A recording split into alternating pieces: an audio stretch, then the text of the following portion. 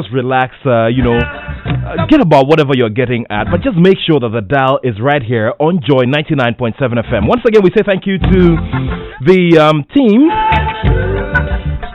the current affairs team, and of course the editorial team for bringing us news file as well as the midday news. And today, we're discussing boxing.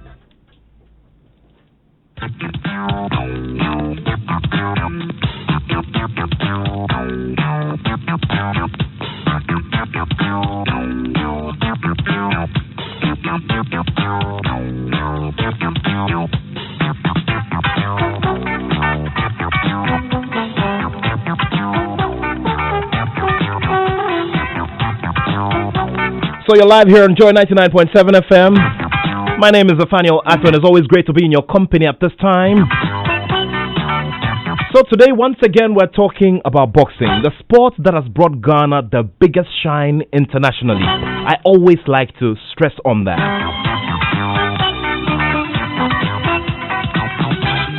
It's 2020. We're just a day away from March 2020. And what's the count? 1, 2, 3, 4, 5, 6, 7, 8, 9, and 10 boxing world champions. Well, it is interesting that as we discuss boxing at this time, the Ghana national amateur boxing team, the Black Bombers, are in Senegal doing their best under the circumstances to ensure as many tickets of qualification as possible to the Tokyo Olympic Games. But before we get down to the discussions right here with somebody you really would want to listen to, remember, prevention is always better than cure. The reason why you have to be aware of your surroundings and your general interactions with people. Make sure you wash your hands regularly. If it was 2 times previously, you can make it 4 or even 5. Get your hand sanitizers. Don't be sneezing around. When people sneeze around, make sure you move away from them. Let's all try to stay safe and clean. And I truly believe that, the corona business is not coming this side of town. Amen. Well, talk about the word amen. It is one that one boxer said a great deal last weekend back in Las Vegas. And after his fight as well, he decided to say a big thank you to the creator. I'm talking about Tyson Fury. Well, he's given the world big boxing talking points as we go further into the year. And of course, he has changed the face of the heavyweight division. And there are more matchups that people are craving for now. But shall we think about what is happening within our geographical region and what matters to our national flag? Well, this man goes down in history as the man who won the 10th boxing world title for Ghana. Interestingly, as we talk about the Black Bombers who have now had one qualification, and that is by their captain, Suleiman Tete, he interestingly did not go through that path of amateur boxing, which is the building block of the sport. He originally started off as a kickboxer. And sometimes they say, if it's your fate, is your fate. So as fate had it, or as by design, boxing beckoned him and he responded adequately. Years down, he is down in the history books as one of Ghana's boxing world champions. But how did the story go? Everything has happened so fast within the year of 2019 after he had a very, very tough and arduous journey building up to yet another opportunity to fight for the IBF lightweight title.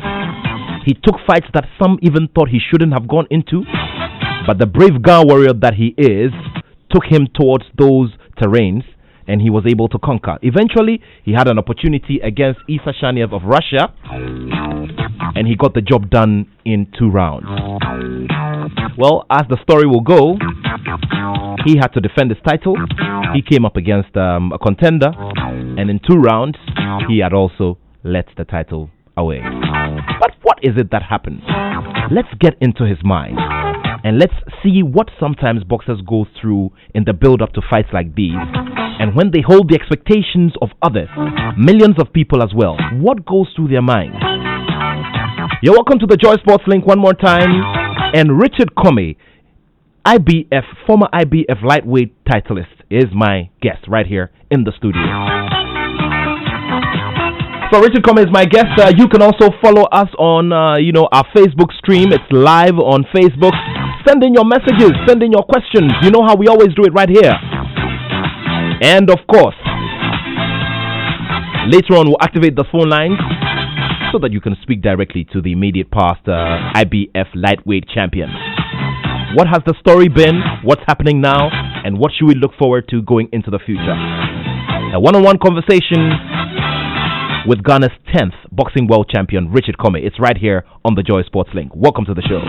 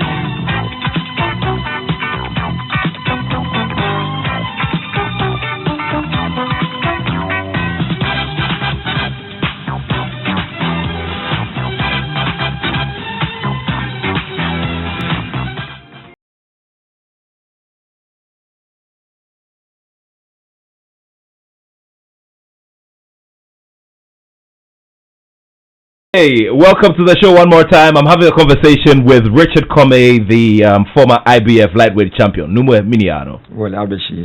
Nice one. Good to see you here in the studio, Richard. Good to be back here again. I can remember the last time I was here. I think. At that time, we're not here in the studio. Yeah, definitely. We're celebrating 25 years as well. This year.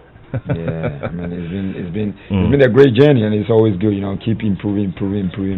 Sure. Thanks, man. Good to see you. You look good. Thank you very much. I think thank God for that. By the grace of God, I'm living well. Thank you. Now let's begin with matters away from you. You also watched the part 2 installation of Deontay Wilder versus Tyson Fury. Yeah, right? most definitely. Where did you watch the bout anyway? Actually, I watched it in Ghana, just in my car, because where I wanted to watch it, there are a lot of people there, so I didn't really wanna. Going, I just want to listen to the commentary and all that stuff, the analysis and everything. So I decided I actually want to watch it in Ghana, Accra, Gamashi, my area. Yeah. But then I get it's exciting to watch fights in Gamashi. There's no doubt about that. The side commentary, the cheering is amazing. You see the emotion from the people, even though they don't know them. But you see, they got this boxing thing in their blood. So it's always good when you see by or see with them to watch it. Yeah. But then I get to Ghana around 4:30. Around 4 o'clock, I decided, okay, let me see my car and just watch it from my phone. Okay. So what do you think? What you make of the bout? Was it the result you were expecting? Most definitely. Initially I was expecting Tyson Fury to win it, but not this way. That's right. Because I was following Tyson Fury long before when I was in the UK, and I watched his fight. The first time I saw him, I became fan of him because I've never seen every way that can box, that can switch stance and all that. So, for me, watch him live, and then I watch his fight on television when he fought Derek Chisora, and he gave him a beating. Since then, he has been one of my biggest fans when you talk of heavyweight boxing. I see. Interesting. So you were not surprised at all? Definitely. I see. Now, how long have you been in Accra? I mean, from the US. How long have you been in town? I think I'm 2 months now. 2 months. Okay. Yeah, maybe 1 month and 2 weeks. Yeah. Okay. What have you been up to? Training a little bit, hanging out with my people, seeing my mom, my family. How's your mom doing, Mom Flo? Yeah, she's always great. Good. Yeah, I see. Now, let's go to the fight. There was a sustained build-up. Everybody was looking forward to it. I mean, everybody was very much behind you, looking forward to seeing what you were going to do against Teofimo Lopez. Now, tell me about camp and how camp went for you. Yeah, I had a great camp. I worked so hard. I sparred a lot of rounds. That going to a fight like this, you need to spar and then to spark good people. And I did all that, you know. I think this was, this camp, the last camp was the toughest camp I've ever been to, you know. It was the toughest camp. That's right. I see. Is it not like tough that I cannot handle what is going on, but you know, I train hard, I sparred a lot, I did everything that, you know. Let's say I multiply everything. I see. Yeah. I see. There are those who believe that you lost too much weight. Well, yeah, on the car, even though Chufimo was a little bit heavier than me on the official weighing and also on the scale, second weighing, but you know, I don't see it as I don't see it that way. That is because of the weight that I lost. You know, even though I feel good, you know, that's the bottom line. I feel good, my body feels good, so that's it. In the build up to the bout, did you at any point feel lonely? Lonely in the sense that you know, normally when you're in camp, you'd like to have some of your favorite people around you, you know, to motivate you to get the job done. Yeah. At times, you know, even though I'm a kind of a guy who I'm always a little bit on the other side. You understand? Yeah. Always quiet, but I mean this fight, because it's the biggest fight in my career. Let me put it that way. And yes, at times that plays a big part, because it gets to a time, you know, I was expecting my people to come back from Ghana, to come from Ghana, to come there, and I mean things were not the way I expected to be. So, as in, you know, you couldn't, my people, because that they couldn't secure visas or what? That's right. You know, everything was there, and the GB wasn't. You know, I mean, a whole lot happens. You know, a whole lot. So, you know, I feel like it drained me a little bit, but you know, this is my job, and you know, this is what I've been doing. So, regardless of what happened, I have to go through and just forget about it and just go with what I normally do. And you know, did you feel that you had enough support, you know, building up to this particular bout from my country, Ghana? Yeah. No, I don't think so, because I didn't see most, or I didn't hear most of the media houses. I mean, talking about my fight, and I don't really, you know, and I don't know, man. I don't know, because I'm only focusing on him. And if a lot of them, promote this fight, at least definitely my people that I've been always talking to would definitely call me and tell me that, they're talking about your fight and this reason, talking about your fight, but I didn't really hear anything like that. So I feel like the media houses in Ghana didn't do pretty well. They didn't do well at all. And could you imagine, nobody showed my fight, but yeah, they showed Reeves and Anthony Joshua, which sometimes is, I mean, I fought for Ghana, you know, and whatever I get, definitely I'll bring it to Ghana. And Anthony Joshua and Reeves, they got nothing to do with Africa. I mean, Ghana. You understand what I mean? Even though Anthony Joshua is also from Nigeria, yeah. Has he been here before? No. So, but for you guys not to show my fight, to show Anthony Joshua fight, I mean, there's a question mark there. You know, we have to build our own, and I believe, you know, I listen to the president. He says, I mean, we have to start, you know, selling our own stuff, using our own products. So if we cannot promote our own, I mean, the only watch we had at that time, how are we gonna, I mean, encourage the other bosses coming along? I get it. I mean, monitoring. I mean, over here. I mean, it's out there. Everybody knows. Over here, we did our bit like we will do on a regular day. Okay, we did our bit. We did a good sustained build up on all of our platforms and all of that. But I do accept that generally, on the general scale, Ghanaian media did not give that fight, Kome versus Teofimo Lopez, the kind of light that we would normally shine on a big fight like that. Now, away from that, what about your team as well? Do you feel that your team opened up enough or collaborated enough with the media? Because, you see, it's a two-way thing. Yeah, I think, you know, it's a whole lot. I think, yeah, I put some of the blame also towards him, because, you know, a whole lot of, like, everyone is busy, everyone is a big fight, and so you understand. So, I mean, this is what the old guy to do, is just look at what that we didn't do pretty well, and then the next time, or from now on, we make sure we give the information to the right people, and then, you know, let them do what they have to do. If you just joined us, this is the Joy Sports Link on Joy 99.7 FM. We're streaming live on Facebook, It's Joy 997 FM, and of course you can also get on the Joy Sports page and you can click on a link and follow the show. The lines are all active for interactivity, so it's +233 244 340 437 0244 340 437. That's for our WhatsApp messages. Get your questions in, get your well wishes in. Let's share them with the former IBF lightweight champion Richard Comey, who's been capturing the happenings ahead of his last bout, which he lost and which also cost him the IBF title. So just join us. Let's continue to have this conversation. Let's do this together.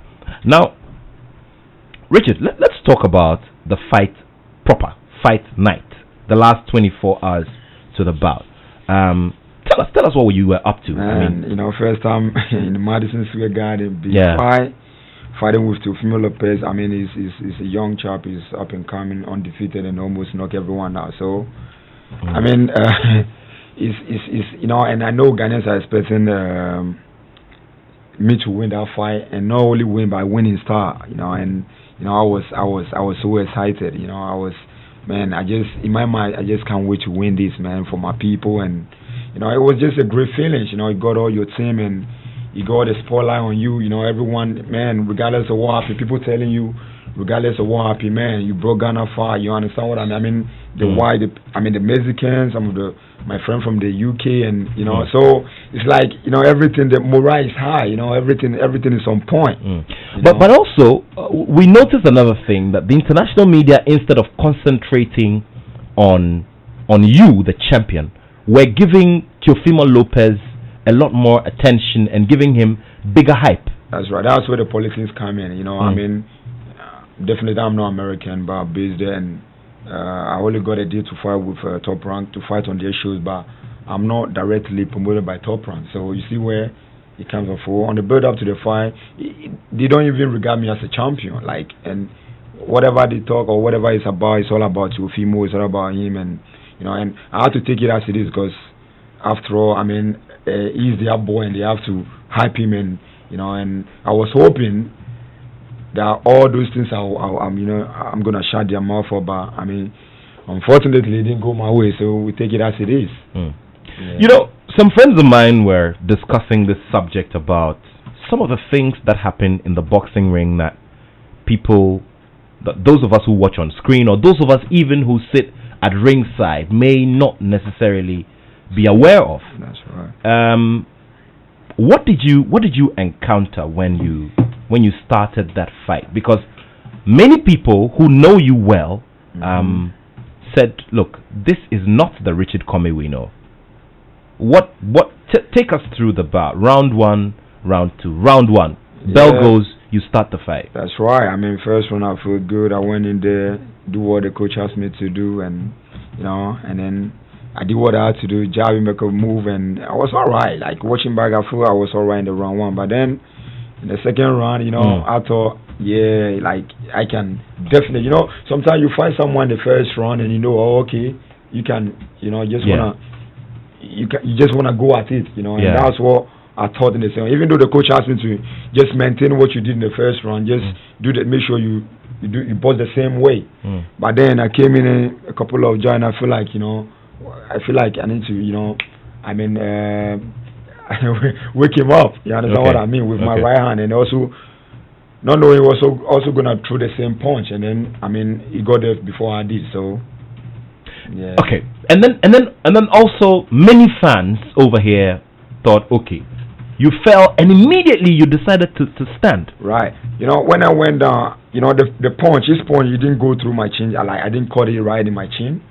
It was right on my eye. On your eyes. Okay. So immediately. So it blurred your vision. You couldn't see properly. So I knew. That's why if the punch was really a big punch, I would have fall back. Okay. But I knew, because I didn't see anything. I feel the vision was a blurred. So I knew. So I thought, this was nothing until I get up. So when I get up, that's when I feel a bit more dizzy, and then and I fall down, and the referee also reacted really quickly on my side. I feel you should have, at least, I'm the champion, and looking back when I first won the title, and when I defended with Ray Bertrand, you could see it's such an F went down almost 4 times. The referee always give him the chance to clean him up, bring him forward him. But in my case, well, it seems like they were all planning, or maybe they're looking for the advantage. Okay. They started from me, and then they got it, and then they just took advantage of it. Okay, let's draw a few, similarities between what happened to you and what happened to Deontay Wilder. Right. Now, in round 7, he also caught a very bad punch from Tyson Fury. Right. It dazed him. Already he was in trouble. I mean, he had ruptured, and and his ear was bleeding. I mean, he bled from his mouth as well. He threw out a lot of blood after the 4th round during the break and all of that. You may not necessarily have been bleeding, but you had gone down, you had walked into a dirty punch as well. Now, when you sit back and you look at the pictures, the video, do you think safety-wise it was good for the referee to have asked you to continue? That's what I'm saying. Like, last year almost about 5 boxers died in the ring, which we don't want to talk about. We don't want anything that sort to happen again, because these guys went to office. This is their office, and they want to earn some money, look after their family, and make life worth living. But then they end up losing their life. So it's something that the referees or the judges, they've sat down, and they don't want that to happen again, or maybe they don't want that to happen often, So, but in my case, I wasn't really, and I thought the referee should have, you understand what I mean? Like, cause I wasn't really dizzy, I wasn't really hurt, you understand? So, but I mean, I feel in some way it's all right, but in some way you should have allowed me to see what, you understand what I mean? But I mean, this is what it is. And looking at Deontay Wilder and Tyson Fury, you can see with Wilder is really hurt, and it's already gone down a couple of times. And remember, this is heavyweight fight. It's not like lightweight or junior weight. A lot of the guys that die, almost all of them are junior weight. But look at heavyweight, and their punches are deadly. So 50 kilograms. That's right. So if care is not taken, there's gonna be like a Gassam cement bag, a full cement bag. So I think for me, the decision that the corner took to stop the fight, I think it was right. And if it were me, I'll be glad he did so. Well, if you just joined us, it's 20 minutes to the top of the hour, 1 p.m. We're going till 2 p.m., but in there as well, we will give you the opportunity to call in and, have a conversation with us. Richard Comey, the past IBF lightweight champion, is my guest here. He's Ghana's 10th boxing world champion. We're discussing what happened around that bout which he lost to Teofimo Lopez, which eventually cost him the title. Of course, it was a big stage. It was on a big network, and it was in an iconic venue that had loads of big stories. I mean, the rise of Azuma Nelson started from that venue as well. I'm talking about the Madison Square Garden. I have covered, a fight from there, and it's always a great feeling to be there. Now, Richard, so bell goes off.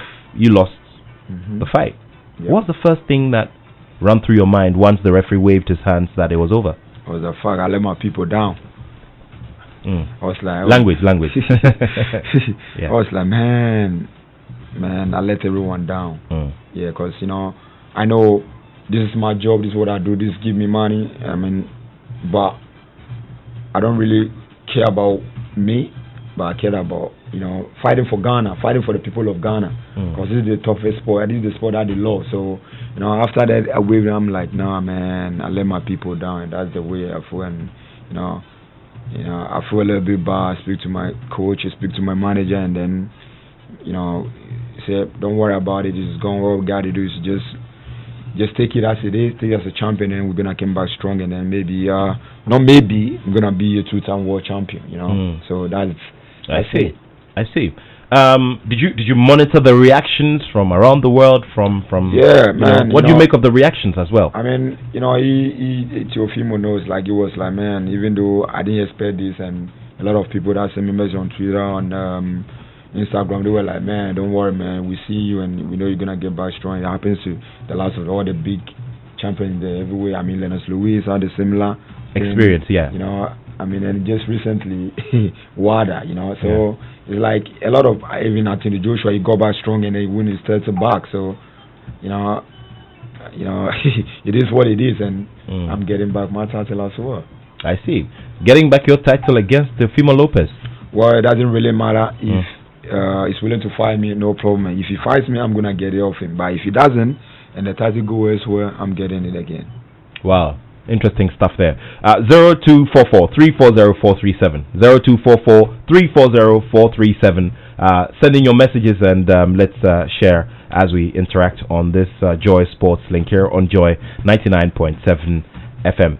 Okay, so you returned home. Tell me about general reception. How people reacted to you. I had not wanted to come. I've got the Gunman chair, the Kentucky Tech, which was the second. He had wanted to give me a very big parade, and because I lost the title, I wouldn't feel happy because I also want to present something good.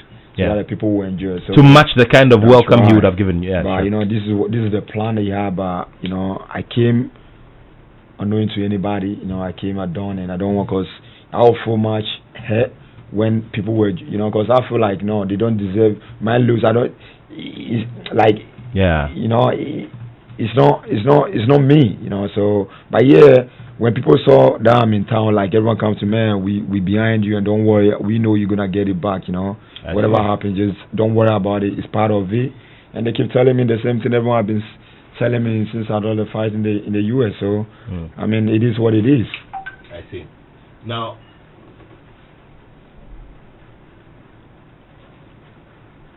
did you have any issues immediately after the fight? No. I had a rumor. A lot of people saying I went unconscious and I was I fainted and all that. I said, no way. Did you have to go for a checkup at the hospital after the fight? After every fight in the US, the doctor has to check you, and then I was checking. I was all good, and just he would tell you if you feel any pain afterwards, or maybe if you had any trouble after, just go see the doctor. But I'm good. Since the fight, I've never had any side issues, and I feel good. I see. Interesting stuff there.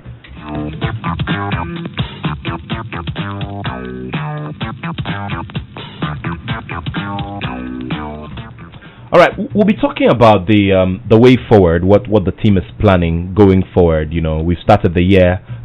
Wilder and Fury have brought back a lot of conversations around boxing, and people are interested to know what's been happening. But when you look around the division, who are the targets around lightweight for you? I mean, now we have big fights there, big money is there. We have Teofimo Lopez, we have Ryan Garcia. You made some good money the last time. Well, yeah, relatively, but not to that level yet. So but hopefully I'll get there pretty soon, and I'm praying. I mean, big into the million. And these guys, this guy, I can see looking at them, I can see me fighting all of them would be good. So definitely we got a lot of things gonna happen. Trust me, and I'm gonna win back the title again. I'm gonna be a 2-time world champion before moving up in weight. I see. You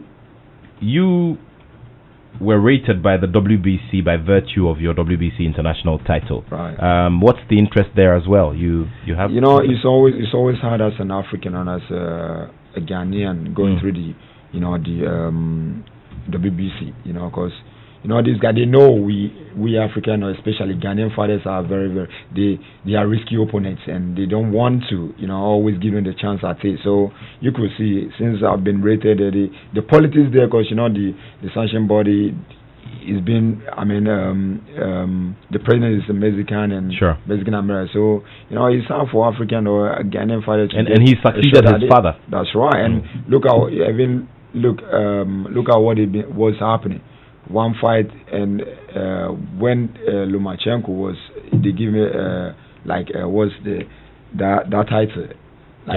When you read through the media, you could see that he wasn't aware that they're gonna give them. They give the title to Deniene to fight. You understand? So a lot of politics going on in that. So it's very, very hard for we the Africans to go through that channel. And the only sanction body I think that always give us the respect, or that always give us the credit or the chance just to come in and do what we have is the IBF. That's why it seems like, and they are very straight.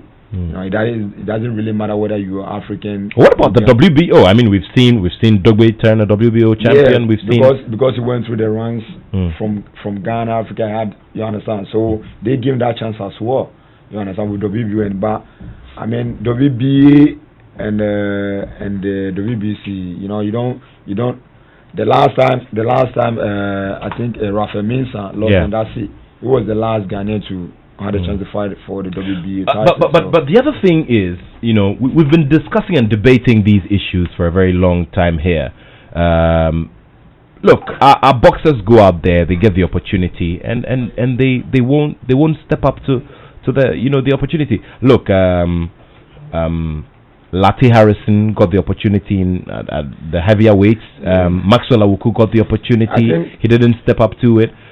You know, Habib Ahmed also got the opportunity. He didn't step up to it. I think it's not just the opportunity. It's about the preparation before you get opportunity. Because before you go on, Rich, you're a classic example of the sanctioning bodies seeing reason in giving the opportunity for you to move on with. For instance, when you know, it was very clear that there was nothing anybody could do, but they needed to give you the first right of refusal to fight the title. They had to give it to you, and they told the champion, you know, champion, if you don't fight Kome, vacate the title. Let's give others the opportunity to fight. You know, so my thing is, you gave proof that you have the quality to stand up there. That's right. But many others, and unfortunately they're in the majority, do not. You know, they don't. Yeah, and the reason I was saying what I'm saying is like, how do they get a chance, or how do they get opportunity? They just see, when you go through the list, or you go through how they got a chance to fight that fight, you will know that they are not prepared. Okay. You will know they are not prepared. I don't know how their management team is. I don't know what they were doing with the boy before the opportunity came their way. But for me, instance, I built it up. Yeah. I wasn't just there, and then one time they say, "Oh, we got a chance for you to fight for the WBC, or we got a chance for you to fight for this title." No, I hand my shot. Yeah. So if maybe the management team of the likes of the boss that you mentioned that got the same opportunity, but they couldn't deliver, if their management team had waited and had a plan, then they would never accept that fight when they call them on short notice. Because when they do that, you know, see, they will get their money, but you are killing the career of the boxer. You know, so it doesn't really, for me, it doesn't really make sense. Yeah, everyone wants money, everyone wants the fame, everyone wants to get to that limit, but you don't want to jump, go before your time. And that is what has really jeopardized some of our, jeopardized their career in terms of the good bosses that we know that got opportunity, but yeah, they couldn't do anything about it. Yeah. Well, let's do this text message here. Good afternoon, Nat. I trust you're doing well. Please ask Richard Kome for me whether the song you use for the ring entrance affects how the fight begins. This is from Mark in Ashoman Estate. Mark, thank you very much for your message. Remember, it's 0244-340-437. 0244-340-437. There's another one here. It says, thank you guys for hosting Richard Kome. The good news is that he's good and a promising boxer. I brag of him, so he should still have a champion's mind, and he will be there now and soon. Good luck always. Okay, you didn't add your name. Please add your name. But thanks for the message anyways. It's 0244-340-437. Alternatively, you can also place your messages on our Facebook stream. I would share with everyone else. And if there are any questions as well, we're going to post them directly to Richard Kome. Okay, so yes, the songs I don't immediately remember which song you entered the ring with. It was this what was the name? What was this film? The film that is sang in what was it? I forgot it. Oh fuck. Sorry, man. Yeah, I forgot it. And I was trying to do something new. You understand what I mean? So, okay. But is it Ghanaian? Is it Ghanaian? No, it's like for the Africans, you know, for all the blacks. You understand what I mean? Okay, yeah, something like that. So okay. Well, as we go along, we will see. You know, we'll try to get it so that we could play it and let people have it. So does it affect? By what the text is saying, does it affect anything at all? It doesn't really affect me. But, I mean, whatever happens. I mean, God knows the reason why I did it. I go like my mind was right. I had we have a good game plan, right mindset. Everything was, you know, but then it happens. So I take it as it is. And okay. Come back stronger. Okay. Now, Now, Randy from North Legon is the one who sent the message and said you had a champion's mind. Randy, thank you very much for your message. Let's do this other message. It says, Rich is speaking patriotism. Now, so if he can walk the talk, he will go far. Our God, wherever he is, will strengthen him all he does. Stay focused, boy. You go beyond the sky. Amen. This is from Bright. Bright, thank you very much for that message. Thank you so much. In terms of, the presence of persons around you, do you feel that Teofimo had it more than you? Because of obviously you were monitoring each other. I wouldn't say so. I wouldn't say so because we know what I had everything, man. Okay. I trained hard, good sparring, and I did everything I could. I prepared. I know I'm 120% ready. Tell us about your new trainer, Andre Rosier. Tell us about him and the relationship you have built. It's just like a father and son. How did you meet him first of all? Well, after working with Carl. Yeah. After 2007, after my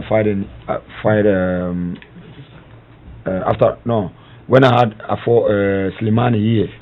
Heidi Slimani for the WBC International title. Yeah, in Accra. So after the fight, by then, when I lost with Shevikov, and then my promoters were like, nah, we done with you and blah blah blah because you lost back-to-back fight, which is okay. So Mick was like, don't worry, we'll get you there. Don't worry, man. And when you say Mick, it's Michael Amumbediaku, your manager. Yeah. Okay. He said, Richie, don't worry about what happened, and I'll make sure. I made you a world champion. I'll make you a world champion. And then I had a fight here. So I think it was in the UK, and because I've been complaining a lot that I really want to go for a training tour in the US, and I want to learn. I want to anytime I reach that topic, I spoke to my manager, Michael Amumbediago, and of course, then my ex-trainer, I tell him about how I feel, and then he will always say, oh, don't worry about it. You're doing what it's the same boxing that you're doing. You're still doing all right. So it doesn't really matter. You have to go there and learn first, and then, but anytime I reach that topic, we always say, oh, you're good. You're doing good. I said, okay. So because Mick, I'd already know that this is what I wanted to do. He phoned me when he went back, and then he met Andre there in the UK. He brought his fight to fight Billy Joe Sanders then. So I think Mick met him and had a chat with him, and they had a chat, and he mentioned my name. Was like, wow, I knew that boy. He can fight. Then Mick said, well, Richie wants to learn, so if he can come to the USA and stay with you and learn a little bit, and he said, well, why not? He watched me when I fought Robert Easter, so he was like, man, I knew he can box. So yeah, if you wanted me to train him, why not? All right, 5 minutes to 1. It's right here on the Joy Sports Link on Joy 99.7 FM. Remember, you can keep the messages coming. It's 0244340437. 0244340437. For those of you listening outside of Ghana, it's +233-244-340437. Let's do a few more messages now. Let's do one actually. I was so hurt and saddened when Comey lost his title. I have watched most of his fights, and I'll urge him to check his timing when punching. He misses too many.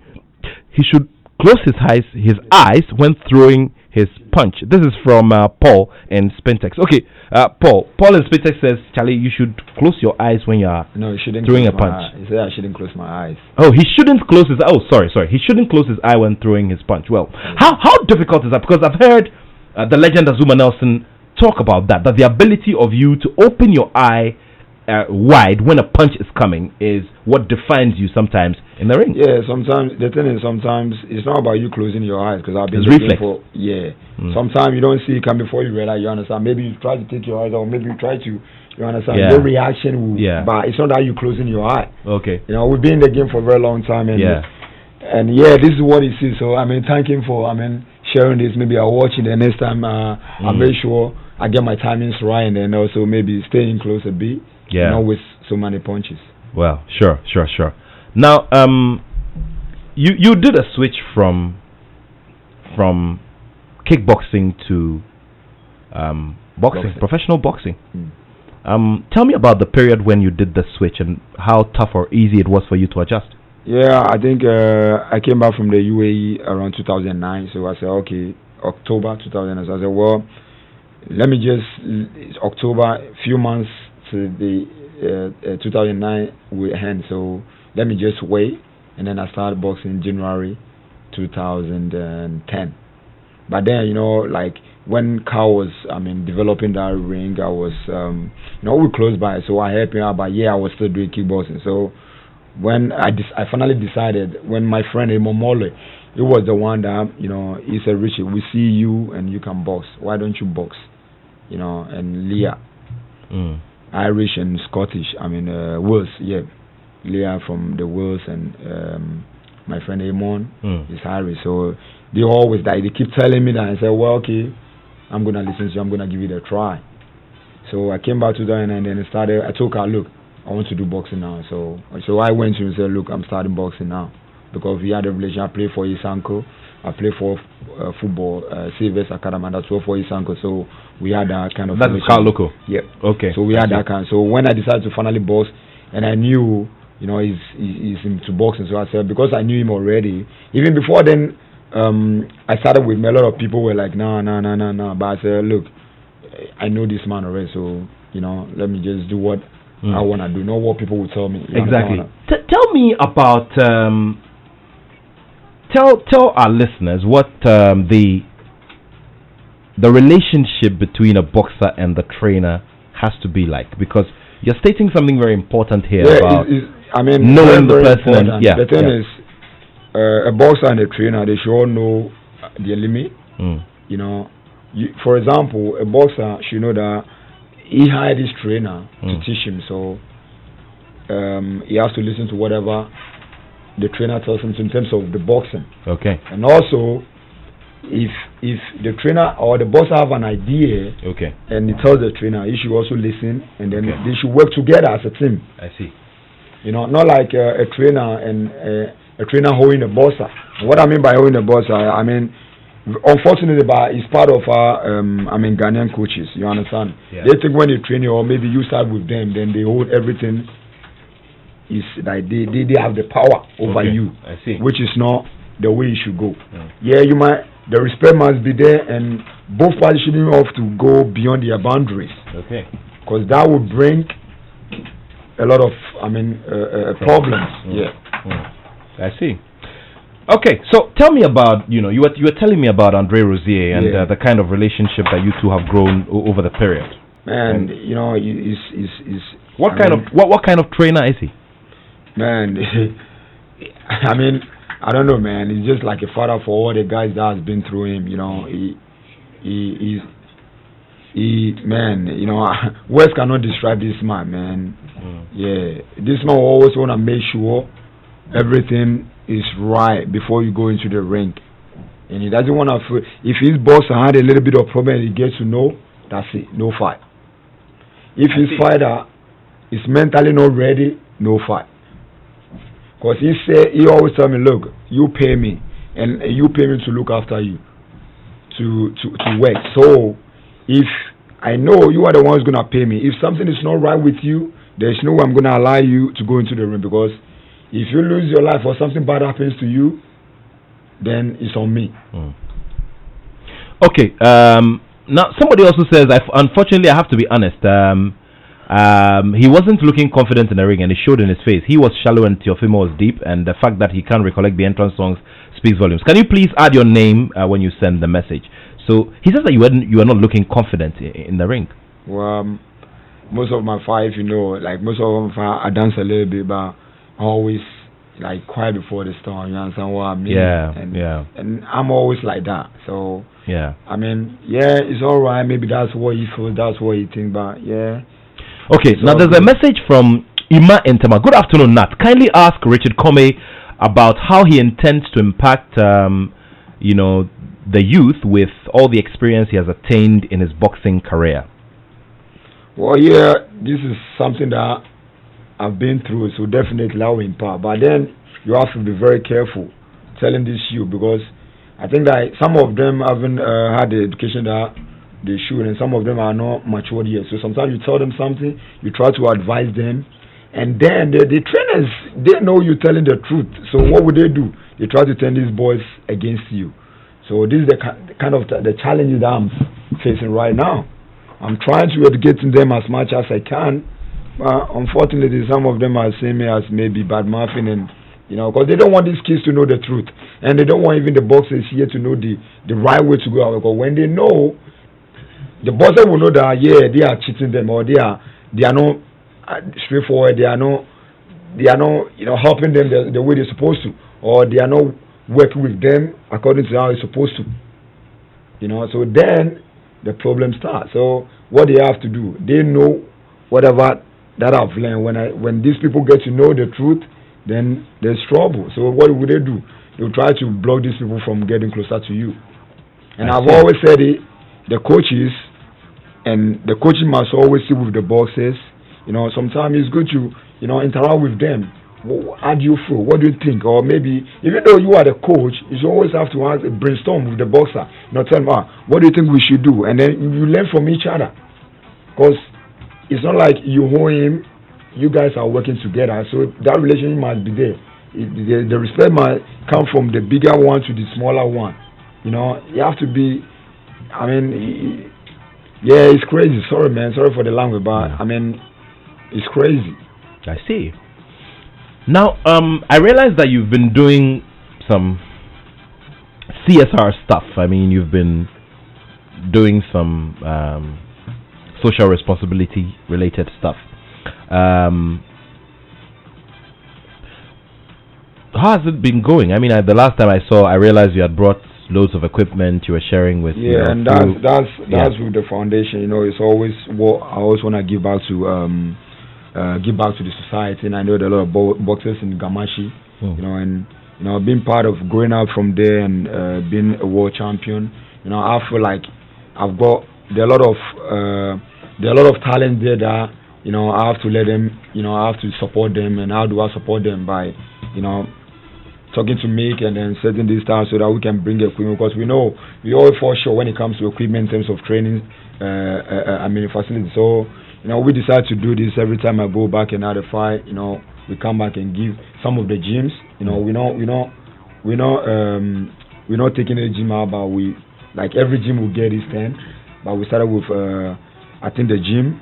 We went to CVU gym, and then the amateur that in Senegal, we also give them some equipment for training and all that. So it's something that I really want to do. Give back to my community because I want to encourage the boys. Some of them have been there, and I know they can do much more than I've done. And I believe. But we have to go back to your former gym. And I believe if we can support them, then definitely. It will this time that we're in, it gets to like maybe 5 years, 10 years before we get one world champion. But if we continue, for me to support them and with my team to support them, maybe instead of 10 years to get a world champion, maybe 5 years we can get 2. This is what we tend to do. So in the true spirit of sportsmanship, we're gonna go to Bronx, your former gym, so that we go and give some stuff up. Yeah, most definitely. Yeah, like that gym is part of it because we're not discriminating, regardless of me not working with him, doesn't mean the boys there, I shouldn't help. Yeah. I'm helping everybody. Yeah. Or maybe my team, Streetwear Foundation, we are for everyone in Ghana. I'll be looking forward to that, Richard. Most definitely, man. If you just joined us, it's 5 minutes past 1 p.m. and we're still here on the Joy Sports link on Joy 99.7 FM. Keep the messages coming in. It's 0244-340-437. 0244-340-437. Let's remain on mentoring. You're saying that the trainers are not giving the opportunity for their boxers to be mentored from the accounts you've given. Now let's talk about the national amateur boxing team. I realized that ahead of their departure to Senegal, you went with them to the airport. You gave them words of encouragement and all of that. Tell me what you observed, even though you may not have passed out through that channel. Yeah. Tell me what you observed, based on interacting with these boxers.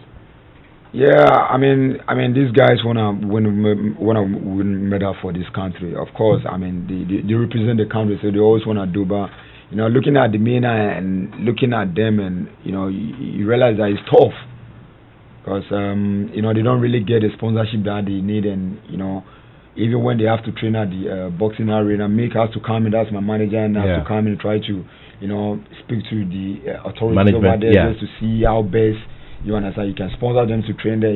So it's kind of I don't know what the sports ministry is doing about because these guys, with them, when they are able to look after properly, go to tournaments and go through the amateur runs in order to, fighting outside with tournaments. When they are out of there, they're gonna become the world champion that we're crying for. So if they don't get that from there, they get frustrated, and even before they turn pro, then they don't want to fight anymore. So it's kind of I haven't been there, but I can see from their face that it's tough, and if I had the power, I would always support. Just like me and Martin Mystery Foundation are doing. So I believe, and I'm begging the corporate bodies, just like ADB did, with the food stuff, he's sponsoring. So I'm praying, and I'm asking these guys.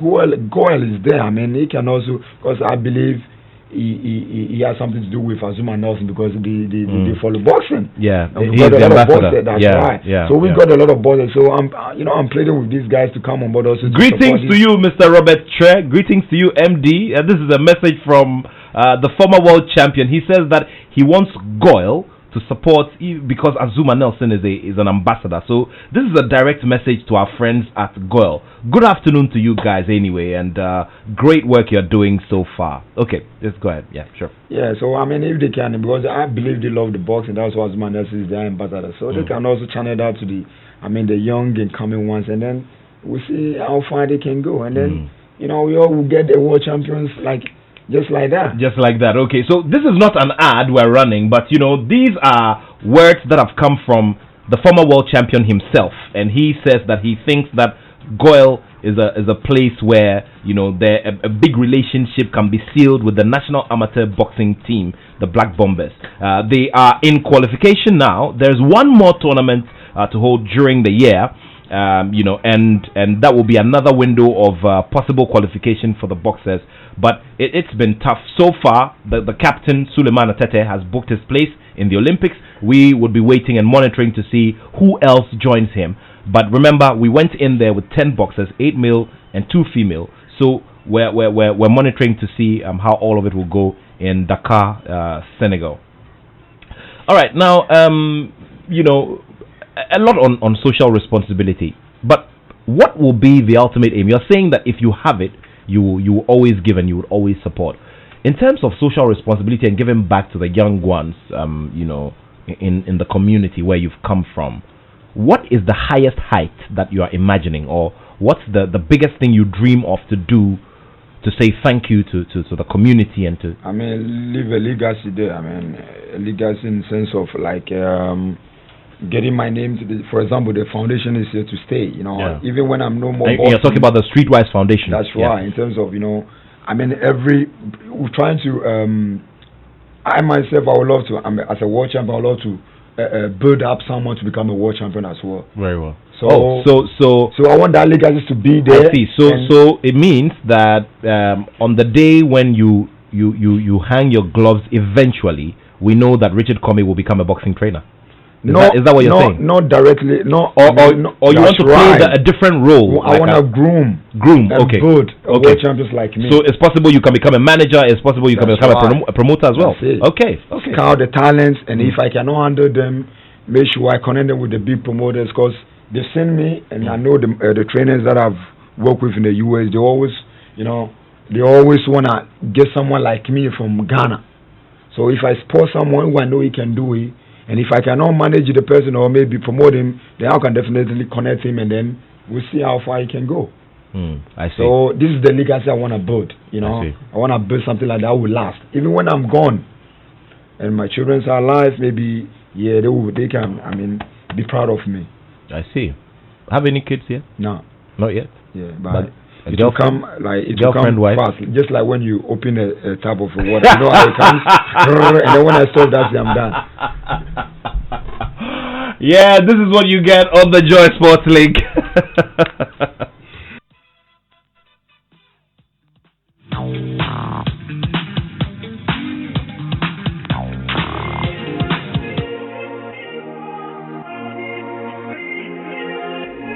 Richard Comey says he doesn't have any kids yet, but when he decides to start, it will be record. Like 2 kids within 2 years. But have you decided how many you want to have yet? Maybe 11 or 10. 11! My goodness! Alright, LFC. Oh, and mind you, he's also a Liverpool fan and a Accra Hasselhoff fan as well? No, Ashanti Kotoko. Ashanti Kotoko. I like the way you say the Api. I'm the gaman, Api. That's how we say, eh? The Ashantis will say, Okuma Pima, Api Beba. We the guy, Ukuma Pia, Api Beba. So Liverpool, Kumasi, Ashanti Kotoko. Anyway, but it's going well for you guys at Liverpool, eh? Great stuff. That's it. We never walk alone, so. Wow. Yeah. Wow, interesting stuff. And greetings to all of our friends at Stan Chart. Stan Chart is putting together the Stan Chart Trophy, the global event, where one team will win and go and participate and play with other teams from around the world, and they will play on the pitch at Anfield. It's a wonderful experience. Very soon we'll be going on the phone line to speak to George Attoh Jr., who's there at the trophy final, the SC Trophy Ghana final, and we'll see how it's going and which team looks likely to go to Anfield. So Liverpool at least is doing well, so you're happy. Yeah, I'm very happy. But Asante Kotoko, I mean, you've had, topsy-turvy times. Recently, the CEO... I mean, we won, I think, last night. Last night you won, so yes, exactly. Yeah, you won against the team. Now, yeah. You're gelling now? Yeah. You think so? Everything will be all right. Trust me. Okay. Why did you decide to support Asante Kotoko anyway? Because I see a lot more, Hearts of Oak people in your area where you grew up. Yeah, but this is what made you? What's the thing that draws you to Asante Kotoko? The fans are diehard fans, and that's what I want, man. Yeah. You never give up, and that's what I see with the philosophy there. That's right. And I've been following the lives of what's his name, Drew Steven, and I love this guy, so I have no other choice than to. I see. So you were there on match day 6 at the stadium. Mm-hmm. When, I was there when they scored. I mean, as of folk, and when Patrick, unfortunately hit the guy. I was there, so I was very, very happy. You were there at the other side, across when Patrick hit the guy. No, I wasn't close. I was at the VIP. VIP, yeah. I heard you were there. But unfortunate incident, isn't it? Yeah, man. He should have exercised a little bit of patience, Tell me something, Richard. I mean, in your career, I mean, you guys are strong. I mean, you're always training. Your knuckles are dry and hard and all of that. Mm-hmm. Tell me about your experiences, because I mean, I'll give you a quick one before you answer the question from Joshua Clotte. I mean, ahead of fighting against Zabjuda. Zabjuda was always, provoking him outside of a formal fight and a formal ring. You'd come to the gym, you'd provoke him there, provoke him on the streets, and Joshua always said, look, if you want to fight me, let's fight in the ring. And eventually they fought and he beat him and won a title. Tell me about the kinds of things that you guys encounter sometimes with. For me, I've never encountered. I think maybe they talk, but when they see me, everything gets to change, because they know I'm not that kind of a guy who talks trash. I don't talk trash. I don't, I respect you, even if I have to fight you, and even if I have to knock you out. I'm cool, I'm always cool. So I mean, when they finally met me. Or they finally meet me, then they change, the attitude towards me. So I've never experienced any opponent that has been a little bit not even just opponents, but regular people around the streets. People, somebody sees you and they're taunting you. Because I did kickboxing. Sometimes, sometimes people provoke. But then I always say to myself, man, okay, if I don't use my hands and I use my legs, maybe it's gonna be more deadly. So what should I do, or what can I do just to work out? And also my guys are always with me, and they will never allow me. And then, if anyone tries to, and then they just jump in. And then, when you have people like that and they jump in before you react, it's very good, because they say, we've taken care of it already, so just forget about it. You understand? So sometimes it's always good to, the people that you also hang out with, we always make sure you stay out of trouble. Have you seen Patrick Alote since the incident? You haven't seen? Have you seen him? What did you say to him? Well, I said not to worry that. I mean, things happen. You shouldn't let him. Shouldn't let it. I mean, get into it. You should just forget about it and just be cool and next time not to. I mean, try to. To repeat that again. And the GBA has put him off for 6 months. Yeah, I think. Yeah, I think maybe they did that so that this guy would not drag the issues. So I mean, whatever decision they think, I think is the right for the boy. So Patrick. That's why they take that option. So their decision. So you should just keep it. Some cool. sections of the public agree with you. Some think it's a little too harsh, especially because Patrick was sitting right here where you're seated, and he came and gave an apology. Was very emotional about it. That's right. And sometimes also, what happened before he threw? Maybe the guy might have said something to him. But you could see that clearly the guy, from what we see in the video, there was provocation. Right, and what did Zidane did when Materazzi, disrespected he headbutted him. That's right. So, people shouldn't have to always, because they've seen the picture. Even though what he did, we all knew, even, he's boxer and, but then you should always also look at the other side of the story and then... Sure. Yeah. I see.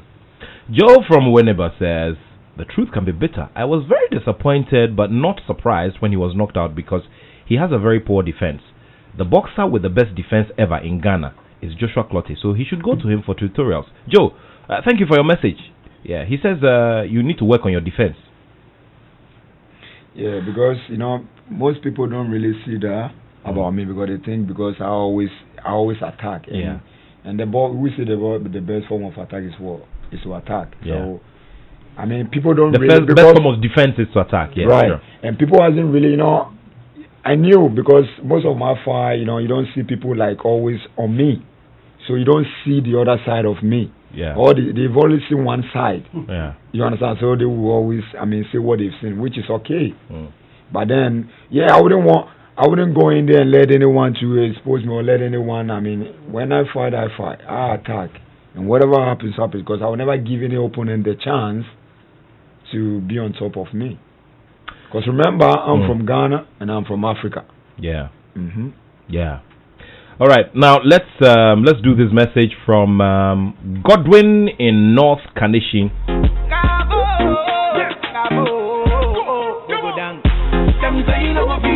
Nat, good show as always. Tell Richard that he is doing well and ask him why he is always based in the USA. Also, tell him I used to pray for him, but now that he has said he's a Kotoko fan, I'll stop. Godwin in North Kadishi. Come on, man, you don't do that.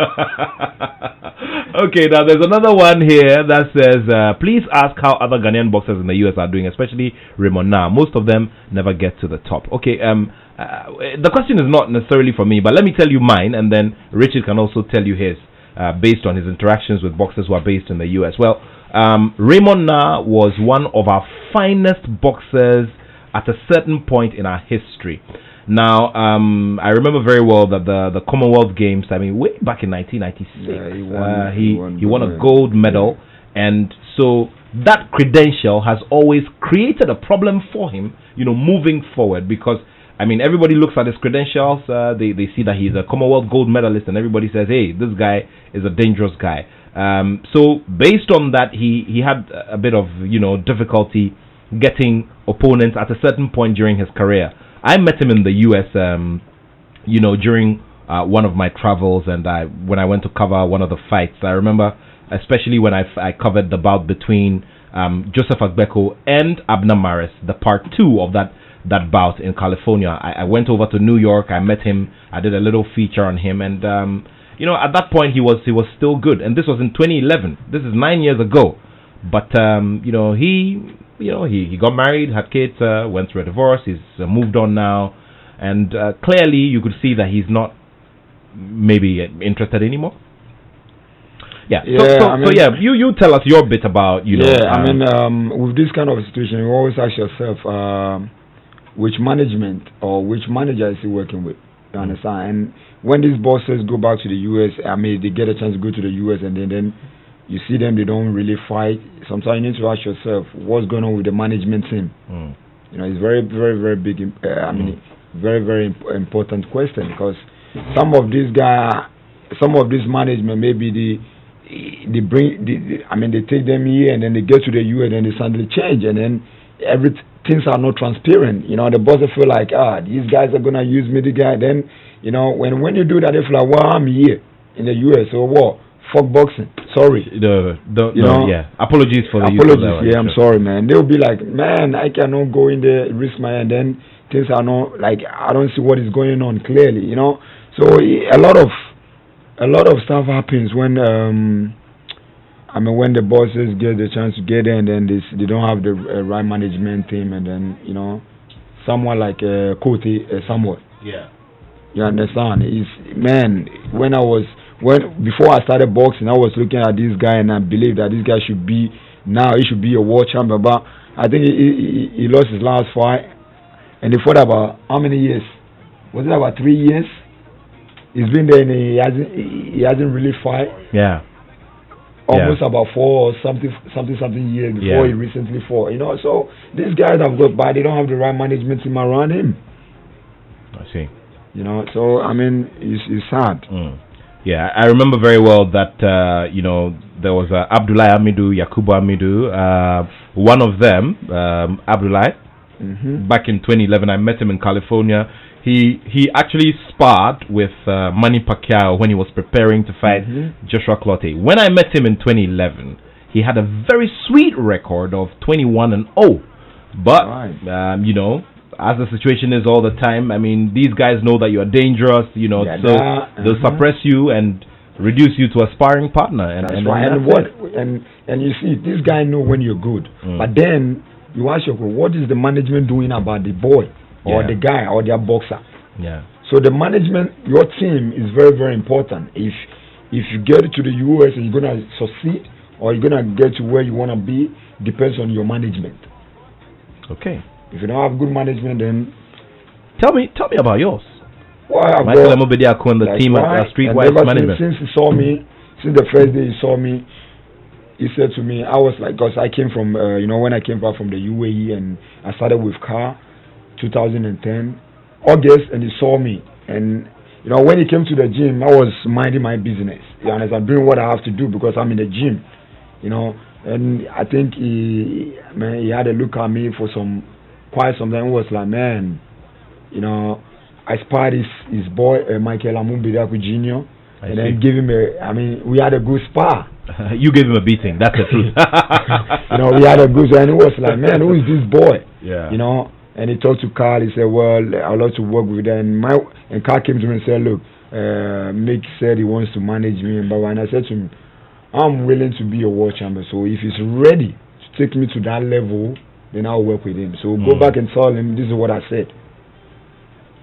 And Carl came back to me and he said he's willing to take you. I said, well, then I have no problem, let's work. This is where we are now. Wow, interesting stuff there. That's right. Godwin has sent another one and said, Nat, just from the team's camp, a little donation. Okay, I don't know what that means. Oh, okay. Okay, so he's saying that. Okay. So Godwin in North Kaneshie has been to the camp of Accra Hearts of Oak to donate something to the players. And there's one thing, no, that's Accra Hearts of Oak. That the logos are there. They are in all red, but it's Accra Hearts of Oak in their Umbro jerseys. I know you're a Kotoko fan, but you tell me. I mean, the two jerseys, the two jerseys. Which one appeals to you more? Tell me the truth. The truth is, the Hearts of Oak jersey is nice. I should buy you one of these days. Oh, thank you. With your name, with a customized one. That's right.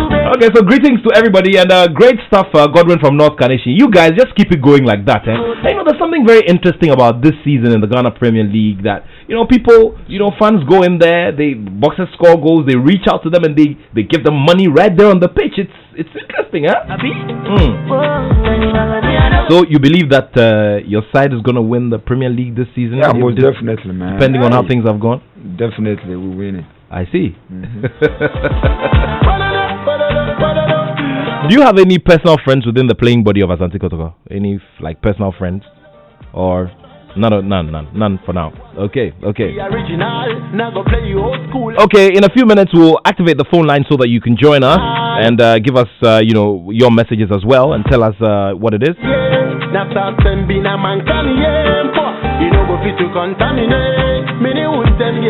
Okay, so you've been talking a lot about, you boxers who come from this side of the world, and how sometimes when you get into the US, when you're trying to break in, it's difficult. Tell me about the struggles that Michael Amobediako, your manager, has been through over this period to get these things done. What is it that has been keeping him going, and what is it that gets him to get? One thing about when you get close to Michael Amobediako, one thing about him that you notice that like he never give up. Okay. Yeah, because I remember when I lost back to back to Robert Issa and Issa Chaniev, and my promoter was like, no, because in the clause, like I've lost back to back fight, so there's no way he's gonna work with me. He said, Richie, you know what? Because when he told me the news, I was like, man, where am I gonna start? You understand? Like, and he said, Richie, don't worry about this. We're gonna face something now, and you will be a world champion again, or maybe you will be a world champion.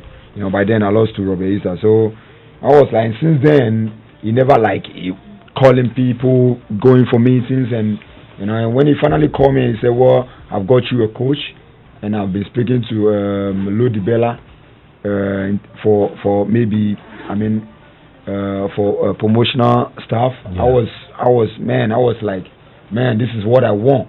And very unlikely on my ex-trainer's part. By then, I've got 1 year visa remaining on my passport, so I had to go without him. And then everything went on the way he did. I see. I'll activate the phone line in a little bit, but keep the messages coming in. 0244340437. 0244340437. Keep the messages coming in. Tell me about support that you receive, in the US. Before that, however, there was a message that was talking about you basing in the US a lot more.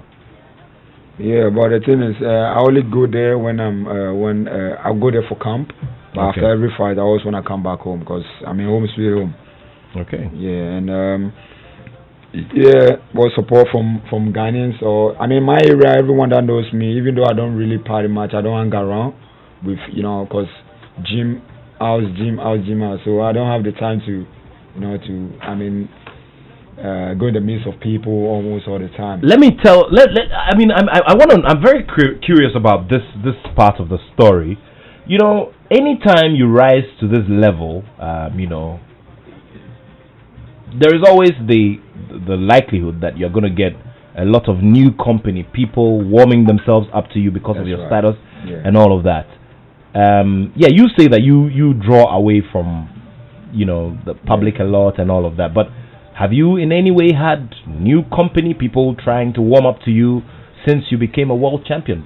Yeah, most definitely. You get people that, not like people new. There are some people that they are there, they want to get closer to you for a very long time, but they don't really get a chance. So maybe they try to squeeze their way. But me, I'm the kind of person that I don't really go out much. I don't party. So if you have that mentality and you come, you will see that this guy is devoid of life. So your plans or whatever you had in your head will never materialize, because maybe you invite me somewhere, I might tell you okay in your face, but then when I go out somewhere, I don't want to go, and then so I don't. These are my whole people that maybe you might not sin, but you understand what I mean. These are the people that I started with them. This man right here, Eric Commodore, everyone knows. Even when I was growing up, everyone was saying that because I was doing kickboxing and because I was a little bit hard in terms of on certain things, they think he was the one influencing me. You understand what I mean? So, but now he's reading law now. So, sometimes he's my godfather. When you talk of real godfather, this man is. You understand what I mean? Everything I do is the man behind it, is the brain behind it. So every decisions and. Sometimes there are some people that they don't normally come to the in front. Yeah. So people might think, oh, now that you're there, but that's not in my case. But for me, all those people that are with me, that are no more there, God knows the reason why they are not. You understand? But it's not that I've done something, I've wronged them in any way that, no, that's so. Just interesting stuff. This one is from, is it Agbala or Agbala? As in, well, tell Kome to bring back the belt. Okay, he says you should bring back the belt. Yeah, definitely. Okay. Two-time world champion. Okay, let's in a bit we'll get into the story of what's going to happen this year and what's most immediate, because we need to bring back the belt. And the agenda is two-time world champion. Redemption. Okay, redemption. # redemption. Okay, now let's activate the phone lines now. 0302216541. 0302216541. 0302216541. Get through to us. Let's have this conversation together. It's a boxing conversation today, and we want to have your thoughts. We're with Richard Kome, who is the immediate past IBF lightweight champion.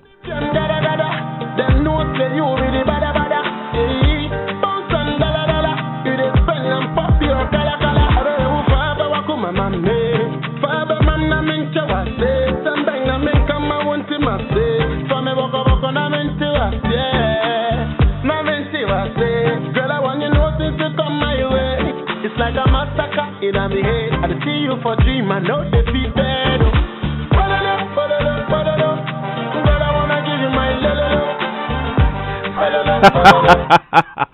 just before I go to my first caller, I have this message from Dr. Randiabe. He says, Richard is very, very emotionally intelligent, impeccable communication skills. Just check out how he has handled the callers. I have no doubt that he will be a two-time world champion. And no wonder he's a Liverpoolian. As for his support for the local Reds, ignored in capital letters. Good afternoon to you, Dr. Randiabe, and great to know you are listening to the show. So he has ignored the bits about your support for the other side. Okay, so Mohammed in Jopong is our first call. Mohammed, good afternoon. Yeah, hello, good afternoon. Great to have you on the show. Yeah, Abu Mohammed from Japan. You see, you do hype most of the boxing, but we don't get the opportunity to watch them. So sometimes if you don't hype them for me, I feel better, because you end up whetting our appetite and you don't get to watch. You see, someone like Richard Kome is around, but I mean, I've never watched any of his boxing. And he was very articulate. I like all his statements until he gets to the point that he says he's a Kotoko fan. Who is the captain of Kumasi Kotoko right now? Can you tell me the name of Kumasi Kotoko's captain right now? Right, I know the keeper. What's the name? Felix Annan. Yeah, that's right. So anyway, that's my. You see, if the TVs will not show you the boxers, because you want to motivate some people. Many of those who get to watch you, they will never be boxers. But there are people far away who will end up trying to be like you, and they will not get the opportunity to watch. So why not, if you are going to fight, the rest of your goalies will help you, so that you pay and it will show, because obviously the government will not show, so that you motivate some of the people far away. Thank you very much. Thank you so much, Mohammed from Jwapo. Thank you, Mohammed from Jwapo. Okay, let's get some more calls. 0302216541. 0302216541. Okay. This message is from Ani Osabute of the NPA and previously of the Multimedia Group. He says, afternoon, Anyemi. I really like Richard's mindset. Giving back to the very communities we came from is an important part of our being, and I'm happy that as a boxer, he has that mindset. May the Jewish prophets continue to grant him grace to do that, and all the best to him in the future to reclaim the title. Sadly, he is not Olidade. Okay. Okay. All right. So I hear you. Let's go to the Volta region. The Volta regional capital is Ho. Manfred is in Ho. Manfred, good afternoon. Yeah, Nathan, good afternoon. Great to have you on the show. My brother over there. Yes, sir. I have not watched his fight before, but as I stated at the studio this afternoon, I wanted to motivate the young ones that are coming. I thought so far as he's a guy who supports Accra as a folk. Why Kotoko? So he should resign his decision to support his native club, Accra as a folk. I see. That's what I can tell him. Okay, all right. Okay, thank you very much, Manfred from Ho. Okay, so keep the calls coming in 0302216541. Now, there's a message from the secretary of the Sports Writers Association of Ghana. Now, what the Sports Writers Association of Ghana does is that there is a crucial meeting that is held on a specific date every year to select who the best are in every sporting discipline for a specific sporting year. Now, he says that Kome has been named the Boxer of the Year by the Sports Writers Association of Ghana and will be decorated on May 23 at the Accra International Conference Center. Kudos to him. Okay, some great news coming in there. Wow, great stuff. Great stuff. So you have to make sure that however it goes, we need to have you here in May so that you are here to pick up the award. Some others have also picked up this award. I mean, Joseph Agbeko has picked it up. I remember Joshua Clotte also picked up he actually picked up the Sports Personality of the Year, which is the biggest award, of the day. Yeah, I'm hoping sure. to win that as well, because this is my third time of winning the Boxer of the Year. Well, wow, so lovely stuff. I think once. Sports let's pray for life. Let's wine and dine together and let's celebrate. I'm sure probably by that time we'll have the second title in. Now there's a message which says, "Big up to my brother in the studio." This is from Eddie. Okay, Eddie, thank you very much. Now let's go back to the phone line. Now Loco is reaching us from Dansoman. Loco, good afternoon. Good to have you on the show. Yeah, good afternoon, sir. Please go ahead, Loco. Yeah, I want to contribute to this program. Please go ahead. Yeah, Richard over there is my small boy and he has been with me for a very long time. Since football age, you understand? But there is something that I don't understand about Richard. Can you please lower the volume on your radio set, please? Exactly. What I'm saying is, Richard happens to be my boy, and my brother Carloco being his coach. Certain things has gone on, and whenever Richard goes online and he's been interviewed about where he's coming from, he never mentioned where he's coming from. I don't know exactly what is happening. Richard knows me very well. So I want to know exactly what is happening between he and my brother, what my brother has done to him, as well as the king, and things that have gone on so far. I've been on the quiet, but once I heard the program, I have to contribute to this program. Okay, Loco, thank you very much. I'll have him I'll have him do that in a bit.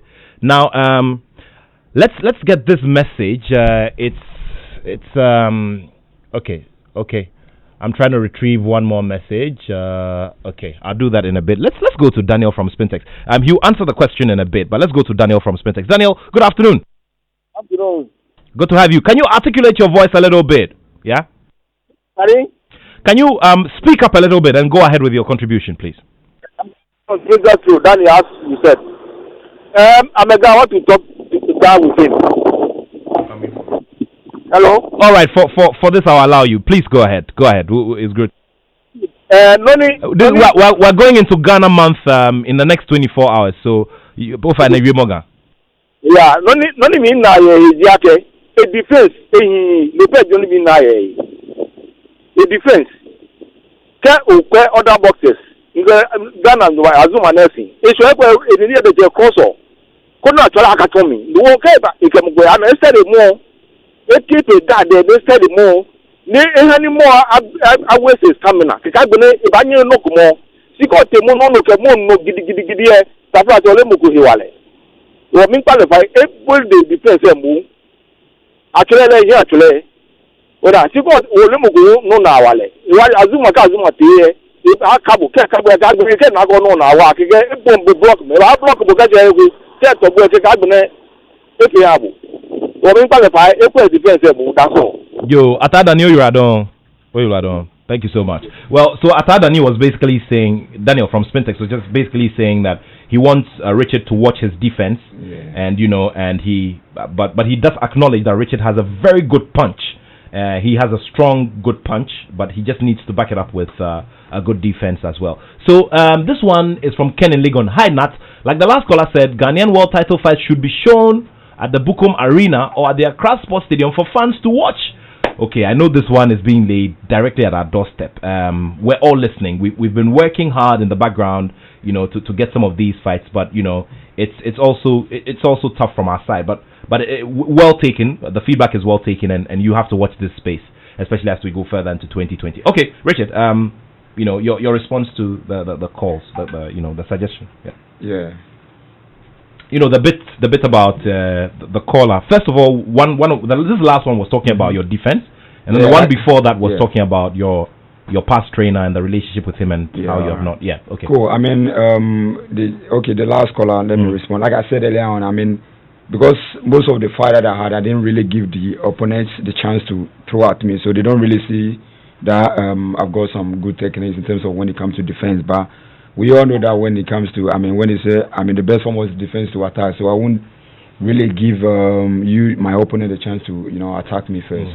But we learn. So definitely, I'll keep on learning more, and whatever is in my sleeve or my sleeve, I'll make sure I improve on it. And then when the time comes, they themselves will say, no, know that I've got something when it comes to defense. And also with my ex-trainer, we always good to let a sleeping dog lie, and whatever happened between me and him is past gone, and I feel like I'll move on. And there's no way or there's no point in it going back to what really happened, and because I've mentioned his name, I haven't seen anything bad, and also for me, I believe there's no point in washing your dirty linen in the public. So it doesn't make we are in redemption, man, in chapter 3. So I'm only worried about the best things or the things that I'm going to do that will make me a better person, and the plan that I've got for the community in terms of where I'm from, how I'm going to help shape the community that I'm from. So that's what really matters for me. So and that includes the day we will donate equipment to the Bronx gym. Exactly. So Nika is head trainer, your former gym. I actually was going through my phone. I'll tell you, Richard, I was going through my phone a few days. I was going to send you those pictures. I have pictures once I visited the gym, I will give you one example. Yeah. If I'm not working with you, right? Yeah. Or I've stopped, I've went there without, and I come back to the same gym. So as a person, I did that. So what will be thinking? What will be going through your head? Yeah. If someone is not even training with you, but when he go back from the States, he came there for the first time, and he's still training there. Yeah. So you should know, whatever happens, this is business. A lot has happened, but that is gone now. Yeah. I'm over it, Yeah. But this is it, this is me. Yeah. I don't want to go back to it. We will go to Bronx Gym. In fact, that day I will lead the delegation. We'll drive in a convoy and we'll donate equipment. In fact, the one for Bronx Gym has to be twice the number that we send to the other gyms. Yeah. Done. 0244 0302216541 0302216541. Get through. Let's have this conversation together as we build up to the finish line of the show. At 2 p.m. we wrap it up and give way for Showbiz A to Z right here. Okay, so Pani in Adenta, your message is not very clear. Can you resend your message? I'll be very glad and grateful if you are able to do that for me. Also, good afternoon to you, Mr. Patrick Caverge, also known as Allegro. Great to know you are tuned in. Thank you very much for continuing to do the listening. Now, there's another one here. Okay, so Fred has joined us again. Fred, good afternoon. Thank you. Afternoon, Nat. Yes, sir. Please go ahead. Let me get a meter and be oblivious. In this and the limiter, my lega, someone a chion be coming don't me again attacking me because not more management person here. Me a US labor. If I have to take the machine, establishing a bit of money of taking machine, you do PA no. Me me done a Jamie, next woman on it. Because that's where you are. What to take a player you are, what to take time. Combination. One hospital was sweat, everything. So when today it has been like this and Richard is behaving this way, I'm off. I don't know exactly what is going on. He should tell me. Because I've talked to my brother. I want to know from his side. The whole world should know what is going on. That is what I want to know. Okay. So, thank you very much. Mr. Fred Loco. Thank you so much. And so I'll let him respond again. I mean, he's given an explanation. Now, you've brought in another, which we are not able to verify, unfortunately, because Mr. Carl Loco is not here and available to speak to that bit about an allegation of him going to destroy something at the gym and all of that. Well, we normally would work with what we establish as facts when we get both sides of the story. And so I'm very sure that if, and you know me, if you listen to the show here and what we establish here at the Multimedia Group in terms of our journalism standards, if Richard attempts to make, in the unlikely instance that he attempted to make any allegation against his former trainer, I wouldn't have allowed it anyway. Now he has decided not to go into details of what has happened. I mean, I've had several interviews with him, some on television, and asked about it, and this answer has been the same. This is the third time he's giving this answer on our network. So, but I guess that you'd have to give us a final, because he's come back to say something, and he says he still wants to know what is going on. So, you give us a final response, and then we can move on quickly to our last caller. Sure. When it comes to like this, maturity matters a lot. So I feel like this is not the right time for me to say anything. Yeah. And I wouldn't want to say anything now because I know I'm clean and whatever. It is not the right time and it's not the right forum. If they really want to talk about it, they should create a forum. Okay. This is the next caller. So the next caller is Yofi, Uncle Yofi Boham, I suppose. Hello, good afternoon, sir. Oh, good afternoon, Nat. Yes, and Uncle Yofi Boham is one of the key figures who's helped in the rise of Richard Comey. Now, he served at the leadership level at the Ghana Kickboxing Federation, is a seasoned promoter and manager as well in boxing with international clout. Uncle Yofi, thank you so much for joining us on the show. Thank you. Please go ahead. Right. I felt a bit concerned when the other gentleman came up with an issue. That's he said he's a brother of Kaluk. Yes. Yeah, that's right. Well, the whole team has been under me in the Ghana sector for quite a long time, and I would rather hear unequivocally comment Richard Comey by coming out to say that he gave a matured response. This is not the right forum for this issue. And anytime that this issue is raised online, I would suggest you put the caller offline and then give him an answer. Yeah, Richard Comey, as I've answered that we should let sleeping dogs lie, and it should end there. I would hate if this is repeated on the line. So should any question come again, please discuss it with the caller offline so that we can go back, find another forum for this to be solved, for any solutions. Thank you. Okay. All right. Okay. So now, Pani Nadent, I'm still struggling to read, but I get it. So you're asking from the specific Comey family from where Richard emerges or where he comes from. Okay. So, please go ahead. Sakumo Choishi. Okay. Thank you. Yeah. Thank you very much. Okay. So remember, this is Ghana month, and family history also becomes very important. Watch out for our interviews next week.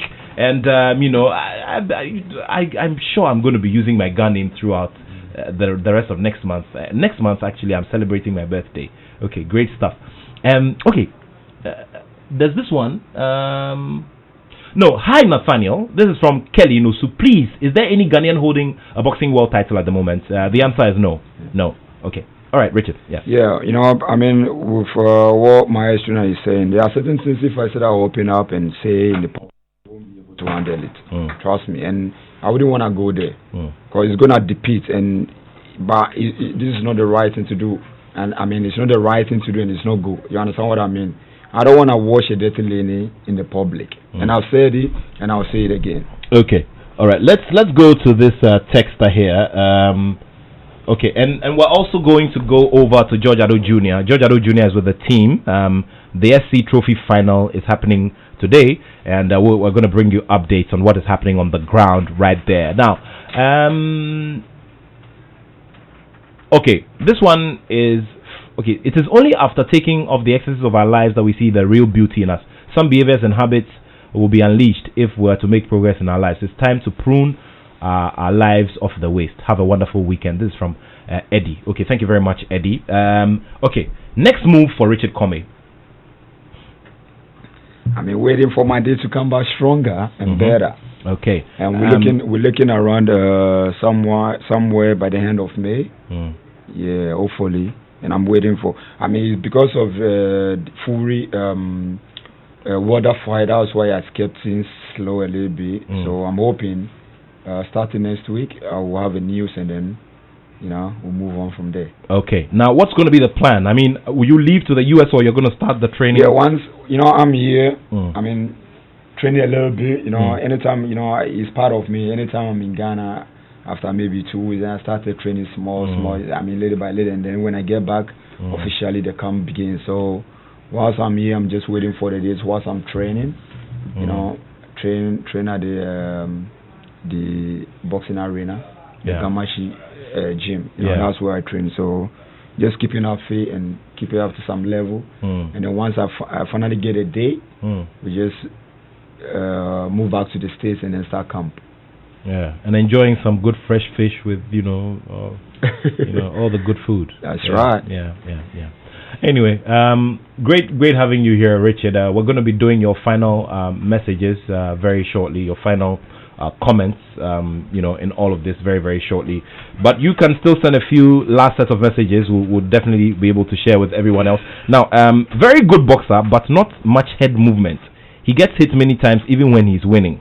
All the best, Rich. This is from Banana, Danubian Fashion Center, Tabora Laji. Okay. So Banana, I'm glad you always listen to the show. But that's what this is your name. Which one is your name? Which one is the location?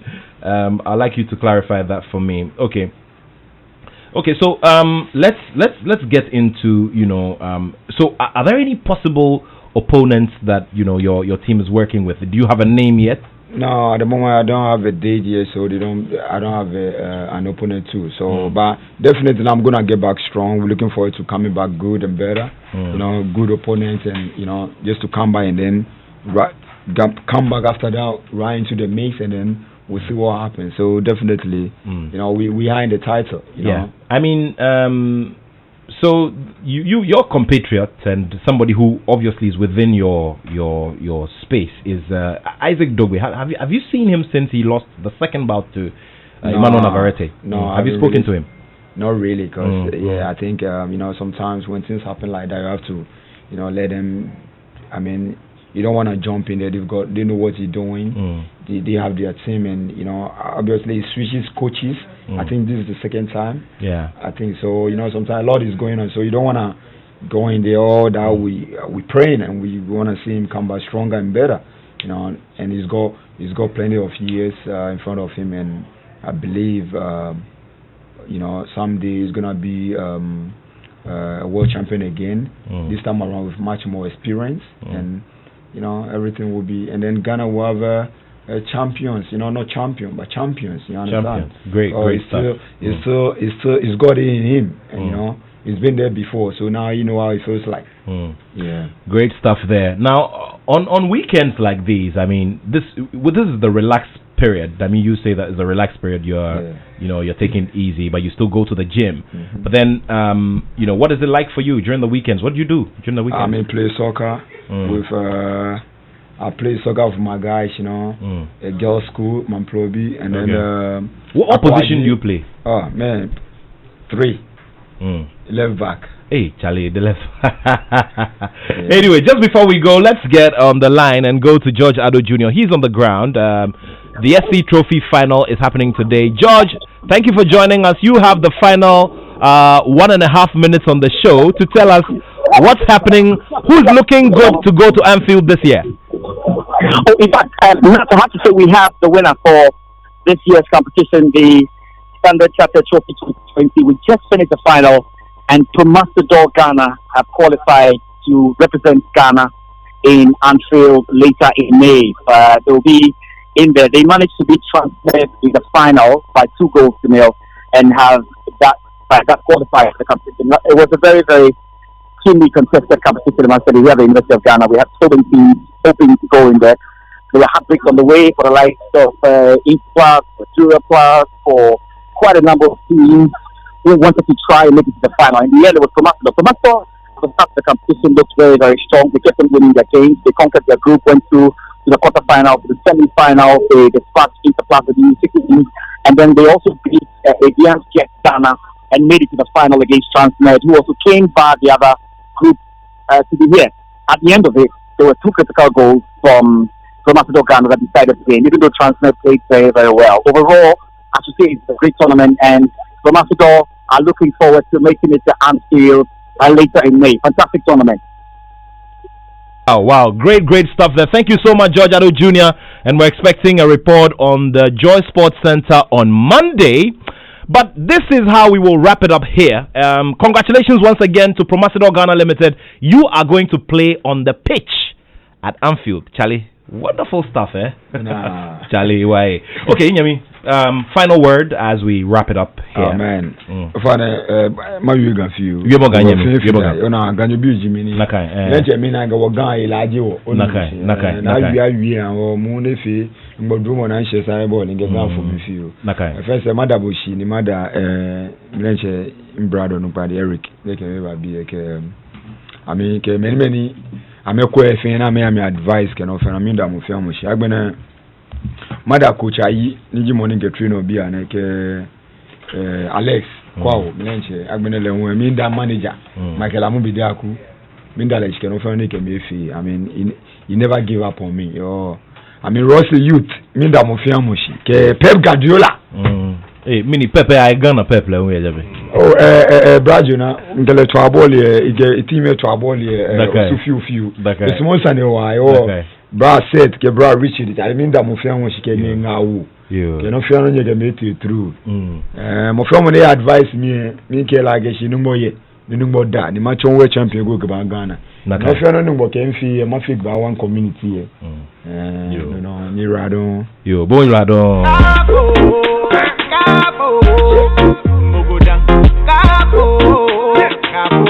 Ewa nyefa ne be wo bote nyoniji ochokrikri emi ni ye multimedia alo ye Joy FM wo cho le Ghana month wo ni bi ni wo fio ye wo man no ni wo yio no ni wo wo ke wo kusun wo awu hisole ye bie wo ke fia nyefa akrado nye you adon acha o mini amato. Should I add the English? Well, for the benefit of those of you who don't get the gar, thank you all so much. Next month, that is tomorrow, beginning from tomorrow, it's Ghana month here on Joy 99.7 FM. Watch this space. There's wonderful stuff coming up. Thank you so much to the rest of the Joy Sports team for production, my sit-in producers, the very strong and indefatigable Bill Ishan, and of course the smooth and calculated Selwyn Ofuri. Thank you so much. The man with the jet-propelled baritone, Fifi Kumsin, is here with the Joy headline news at 2. It's been the Joy Sports Link with Richard Comey, who surely must return as a world champion. My name is Nathaniel Attoh, and I have love for sport.